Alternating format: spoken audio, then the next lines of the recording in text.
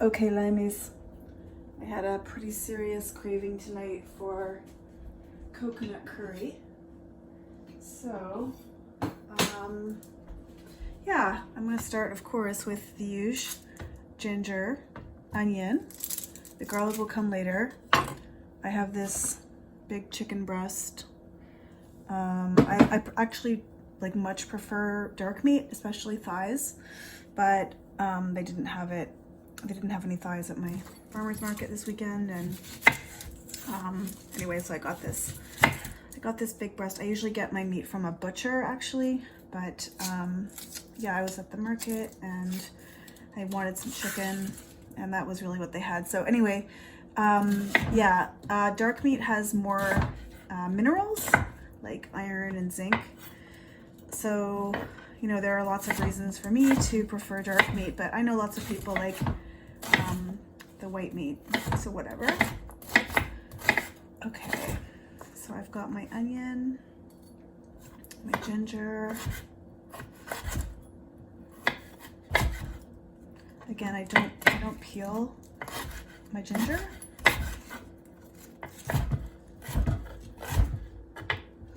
And yeah, I'm using this coconut milk that has lemongrass and ginger. Oh my God.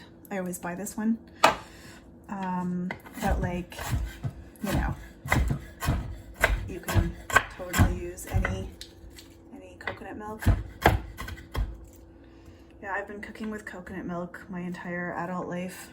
So not something that's new for me, but it certainly makes for extremely delicious food that is totally compatible with the diet I'm on for Lyme. Okay.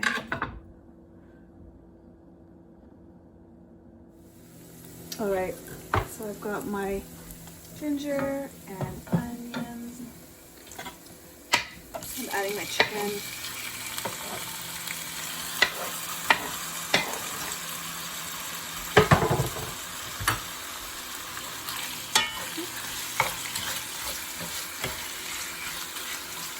So I'm gonna let that cook a little before adding my spices and coconut milk, as well as I think I'll do a tomato for a little acidity.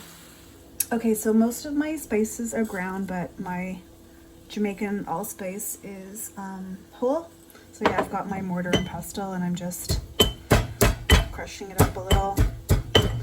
If you don't have Jamaican allspice, or I guess, I don't know if there's a difference between regular allspice and Jamaican allspice, it's not a big deal.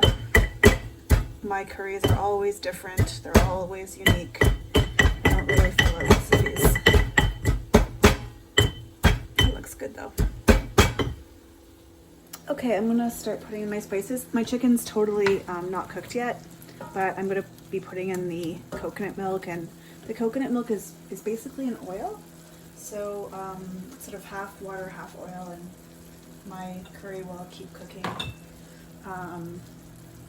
in the oil or in the coconut milk. Okay, so I've got this is a lot of allspice, whatever, see how it goes. I've got coriander. This is the end of my coriander, so I'm gonna put it all in.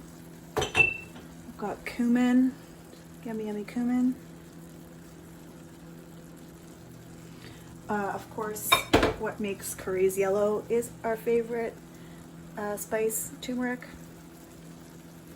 I'll put quite a bit. Yeah, so like, don't ask me what kind of curry this is. I had a friend, an Indian friend, teach me to make curry when I was pregnant 15 years ago. She taught me to make egg curry, and like, that's where it all kind of started. And then a few years ago, a friend who is half Grenadian taught me to make the chicken curry. That was the chicken with like the bones in it, which was so good. I need to get a cleaver so I can do that. Anyway, I've got ground mustard. And like, I really like cooking with whole spices. Like, my Indian friend taught me to use whole coriander and whole mustard seeds and whole cumin, and I do have those, but tonight I'm making a more sort of the kind of curry most of us are used to. I'm also gonna put some black pepper, And yeah, like you sometimes see fresh thyme in Jamaican curries, for example.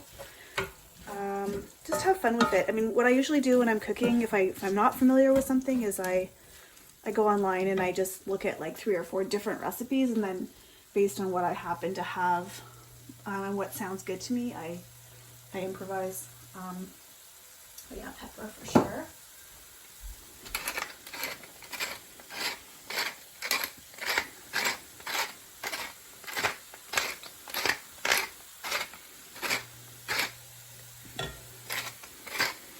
But yeah, like coconut curries are like really common in the Caribbean. And yeah, I don't know. Like I said, I just kind of go with the flow. I use a lot of coconut milk in Thai and Cambodian cooking as well. And they use hot peppers. So I'm going to use actually boxed greens for this because I'm trying to use them up. I'm going grocery shopping tomorrow. I would like love this with, you know, I don't know, eggplant or something. You could do peppers, you know, green peppers, red peppers, yellow peppers, whatever. Definitely you could do chard or collard greens. But yeah, I'm going to be using basically mixed baby greens. Okay. I think I'm gonna, yeah, I want the spices to sort of fry a little bit. You don't want them to burn, but you do want them to cook a little bit before you put in the kind of toast. Not really toasting, but anyway. And I am using olive oil at this stage. In case you were wondering. It smells really good.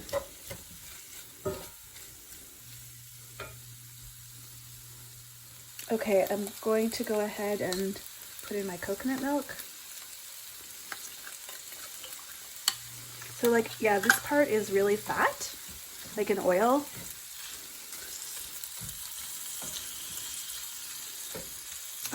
Now saturated fat, so coconut oil and coconut milk have saturated fat.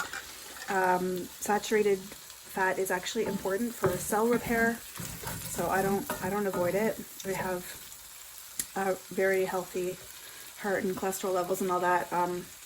I do mostly use olive oil, but I do try to get some saturated fat in my diet. If you're vegetarian, this is a great way to get some saturated fat into your diet. There are 9 grams of saturated fat per quarter cup. And there are, well, less than 2 cups in the can, so anyway.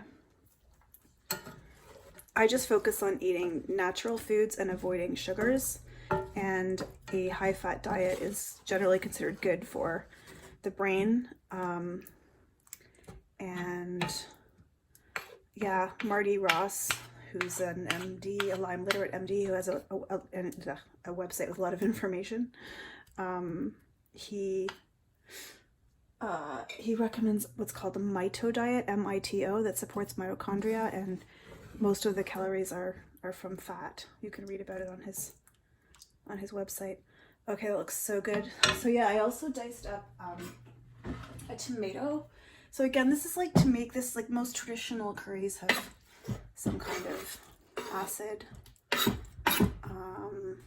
So yeah, that should be quite yummy. Oh my god, it looks so good.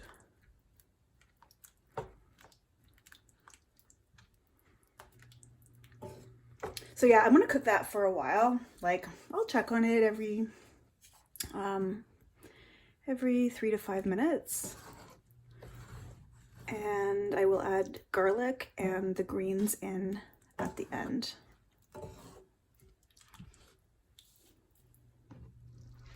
Okay, so this is looking really good.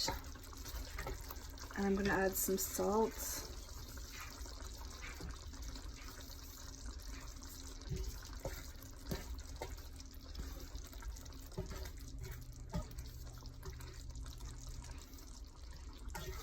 Okay, so I chopped up or minced up 6 cloves of garlic.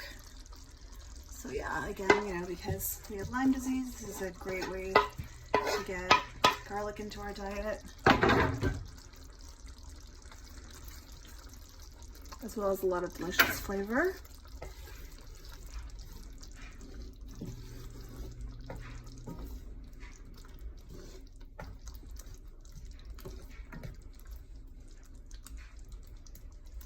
And I might even put a lid on that and just let it keep cooking a bit. Okay, so yeah, this is totally cooked. I did turn the heat down to like a 2 because it was really bubbling.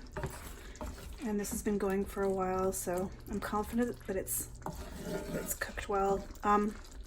You can't really overcook chicken, so you could leave this on the stove on low for a while. And I'm actually doing the entire box of box greens because I want to use them up, and I'm going shopping tomorrow. So, and because they wilt down. So yeah, the big thing here, guys, for us Lymies is that I'm not having any rice or noodles with this. I mean, usually you have rice with a curry. And yeah, I just really have noticed it makes an enormous difference with me in terms of my energy levels. So yeah, I don't really believe in gluten-free. I more believe in just avoiding grains. It's not like I never have a piece of gluten-free toast, because sometimes a girl needs a piece of toast. And I do, you know, I do sometimes eat things like chips, but less is definitely more if you have Lyme disease. And yeah, especially the first year when I figured this stuff out, I was super hardcore, and I've done really, really well. So anyway, yeah, so like obviously you want the greens to fully wilt. So I'll probably just put a lid on this and come back in like 4 or 5 minutes, and it is like really on simmer. Okay. Woo. So that's that. Oh my god, I can't wait to do this. So yeah, no sacrifice is my point. I don't feel like I'm sacrificing in terms of pleasure from food by not eating grains. But anyway, it looks so good. Guess I'll start with that. Bon appetit.